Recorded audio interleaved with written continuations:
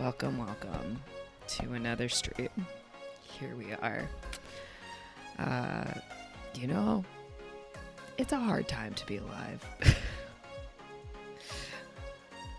And so we just gotta do what we can every day.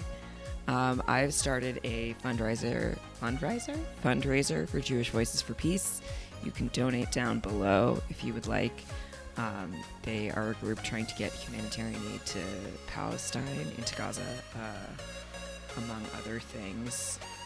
I think in the panel you can click on, I think you can get more information in the panel, but it is not actually showing me an easy way to look at that. Let's see.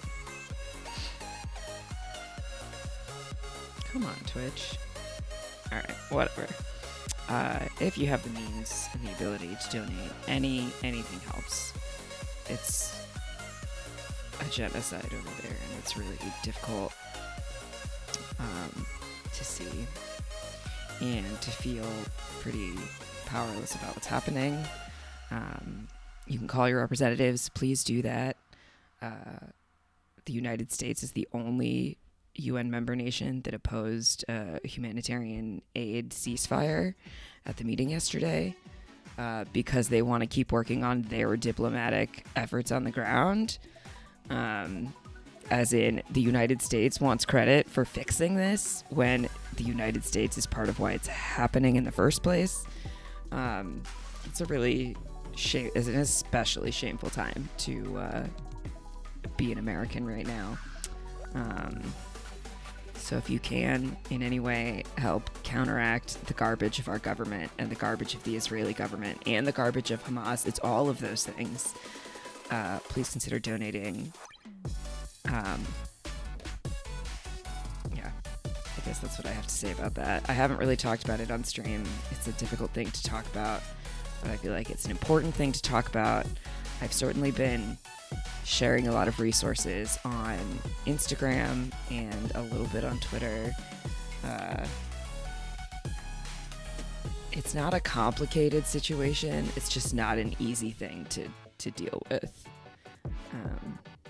Multiple parties are wrong, and sometimes that is hard for people to understand. And you can be supporting groups that are being harmed by parties that are on opposing sides and be against both of those parties at the same time. And that's where I'm at.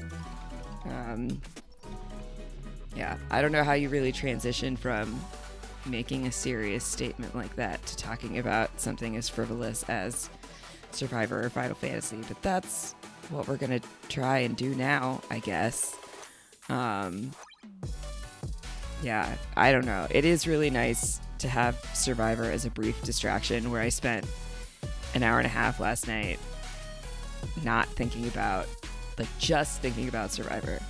I don't even know if that's true. I think there are definitely my Twitter feed, if you look at my, what I've posted, is probably a pretty schizophrenic back and forth between Survivor opinions and world events commentary. But that's how my brain works. I can't ever fully shut it off from what else is going on.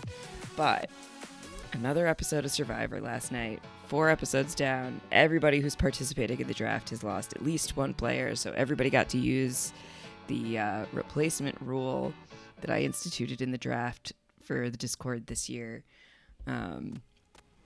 Unfortunately, some people have lost 2 people already, and I can't help you with that.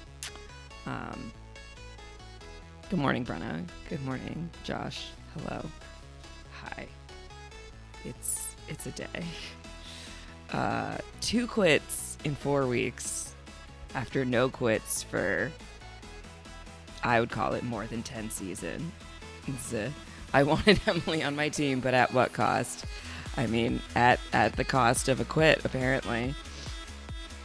Unfortunately, the only Sean visibility spike we got was really in this episode where he quit. I can't remember exactly what I had down for his confessional counts. I mean, I can look. I have it pulled up.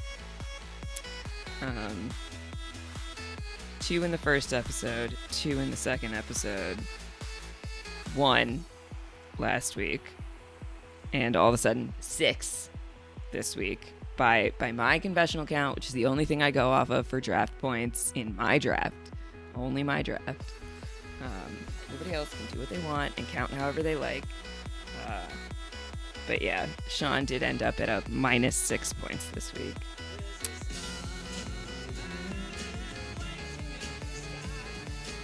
Rudy, thank you for that resub. Oh, did you miss a month? 11 months on a 1-month streak. Come on, Prime. Thank you always for your Prime subs. I appreciate your business books so much. And I always love to hear some David Bowie. Yeah, so now you have Emily on your team. I think that's a brave but probably wise choice. It does feel like at this point, I mean, she's certainly making the merge. That tribe's not going to Tribal Council. Wait, no, it's the Caleb tribe. It's Lulu that's not going back to Tribal Council, wildly enough. I think Emily, though, isn't. If her tribe does go to Tribal Council, if New Bello does go, I think she's in the best spot. But who earns the merge? That is the question. I don't know. But she's making it the next couple of episodes, is the point. I added Jake to my team because I think he's on the tribe that's the safest to get to the merge. And I don't think he's going to be the merge threat that Caleb might be. Or that Bruce might, well, not even that Bruce would be a threat, more so just that people would want to get rid of him, the merge target. Then we saw Jake falling over again. I forgot about that. I forgot he had that weird moment, and I guess I just thought that was over. And now he fell over again. It was really interesting to see all Lulu people in key pivot positions in each tribe. I mean, are they? I don't know that Caleb actually is. I do think if in some strange universe that tribe went to Tribal Council, I don't think Caleb would be the one to go, but I don't think he's actually in a pivotal position. I just think that it's Katurah and Kelly would want to stick together, and they could pull in Caleb to turn on Bruce, because, yeah, I don't see Caleb's tribe going to Tribal either. The new Lulu. So he's in a good spot, but I don't know that it's a pivotal position, given that he probably won't have to vote again before the merge. Especially given that now they get to sit somebody out at each challenge because they're up 1 on New Reba. And same thing for Bello. I think New Reba may be the new Lulu. But it'll be interesting to see, because if they ostensibly did this swap because they had a tribe get down to 3 members and they didn't have challenges to run with 3 people, if Reba goes back again, which seems likely, then they have the same problem of being back down to a tribe of 3 people.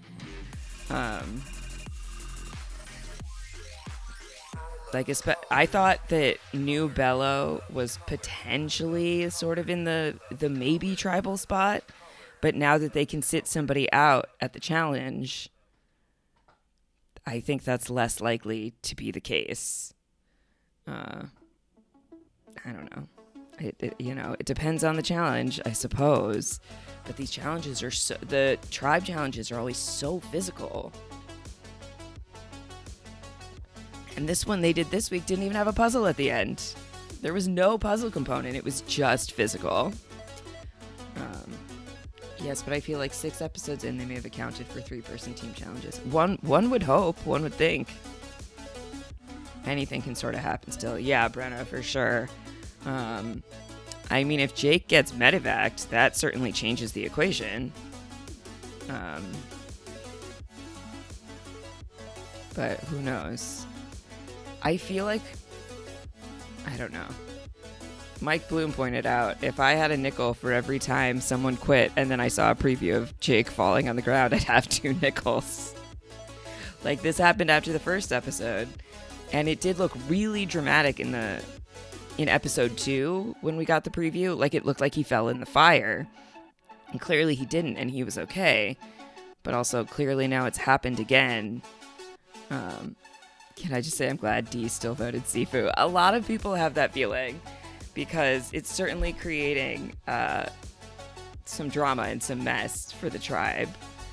I loved that we got to see Sifu ask Sean as he hugged him, did you vote for me? And Sean said no. So Sifu knows he's still caught a stray. I wonder why Sean voted for Dee. Because it would have been kind of interesting if Sifu had gotten 2 votes. I mean, people have discussed that it would have been especially interesting if the Reba women had decided to still vote Sifu. And then even with Sean's stray vote, and Sifu voting for Sean, Sifu still would have been voted out. And then does Sean still quit? Because, like, to everybody's point, to some points that I have seen being made, like, quitting because you want to be with your husband doesn't make any sense because you're not going home any sooner. You're just not gonna be there.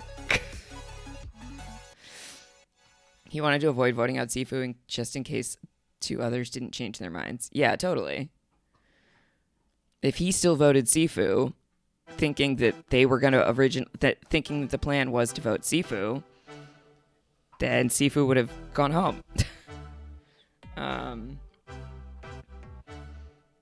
Yeah, I'm really curious about where that switch came for him, because it did really seem like they really were going to vote out Sifu until he pulled this.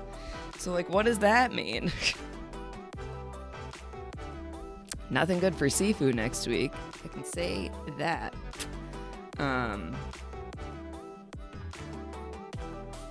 But so happy for Caleb and Emily to get to experience fire, to get to experience not going to tribal council. I feel like we were waiting for the shoe to drop, and then it was and then it was the wrong shoe. In what sense? Didn't you just want to cry and joy with Emily? I mean, I thought I did post this on Twitter. I thought it was extremely, like, well played socially when I thought it was great for the tribes to both let Emily and Caleb get the immunities, to get the idol from Jeff. And I thought Emily did a really smart thing. And I don't know if it was calculated or not. It seemed earnest, but to say, you know, I certainly didn't earn it as much as these other 4, but, like, it feels really good all the same.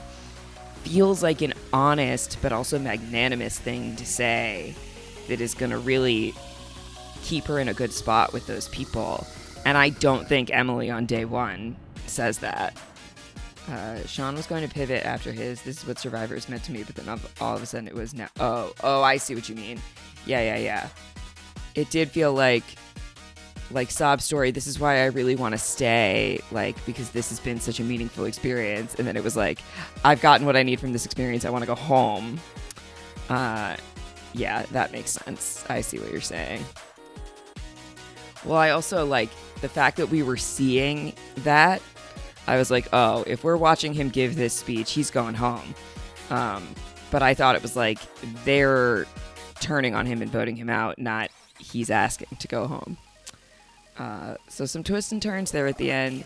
But, like, still, I keep saying this every week and I stand by it. God bless Survivor for not dragging out these tribal councils when they don't need to be. You know, the episodes have gotten longer, but that has not led yet. I know things change when there's more people at tribal council, but it has not yet become big bloated tribal councils where we sit there talking in circles about nothing for 20 minutes to end up with a result that was either A, exactly what we expected, or B, makes no sense because the show didn't want to show us what was going to happen so they could blindside the audience, but then it seems like a thing that makes no sense. I did pick my draft people by avoiding people here who were here for the experience. Felt like there was a lot of those this time. Can't remember if Sean was part of the experience crew. Yeah, I don't know. It does feel a little bit like, with casting so many super fans, although what does super fan even mean to Survivor anymore? They're like, oh, you watched all the seasons in the last 2 years, you're a super fan. With casting so many people who are so familiar with the show and care about the show, it does in some ways feel like a lot more people are there to be able to say, I've been on Survivor, I experienced Survivor, and fewer people are like, I'm here to win. Like, they all care about Survivor, but some of them care more about winning than others. And I don't think every single person who goes on the show has to care about winning. But I think they have to care about, like, making it far so they get to have the most of the experience that they can. Like, playing the game for 12 hours is very different from playing the game for 12 days. It's very different from playing the game for 24 days. And your experience is what you make of it, but you certainly get to make more of it if there is more of it. Or at least it's easier to do that. Rob has a podcast. Ding!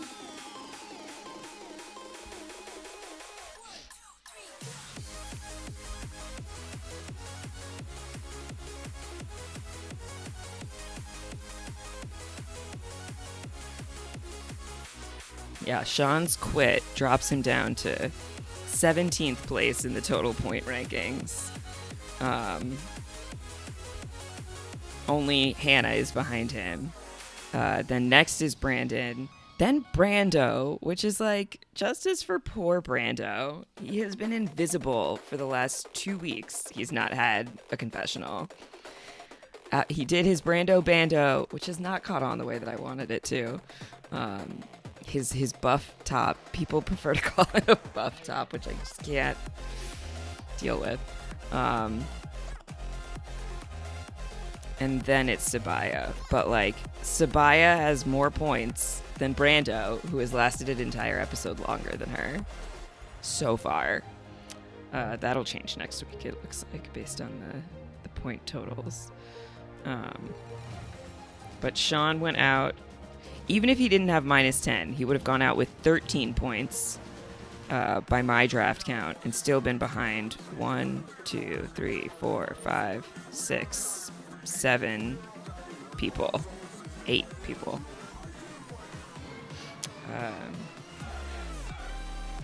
And that's being on the tribe that's gotten the most screen time because they've gone to all the tribal councils.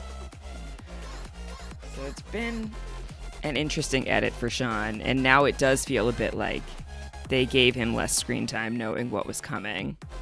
But I am glad that we did still get his story at Tribal, even if the outcome is not what we were expecting or what we might have wanted. Hearing him talk about, growing up gay and Mormon is important, especially as a non-white person. I don't think, certainly when I picture a Mormon person, I picture a white person. And so to have a person of color who is Mormon or was Mormon and is gay is not something that you see anywhere, and certainly not everywhere on a regular basis. So I think it was valuable in that way. And yes, it's frustrating when people quit. And I said this with Hannah, and I'm saying it again now, somebody has to go home every week. So better it end up being somebody who wanted to go home than not. I still think that's true, even if it sucks that it's happened twice in one season. That's what I feel about it.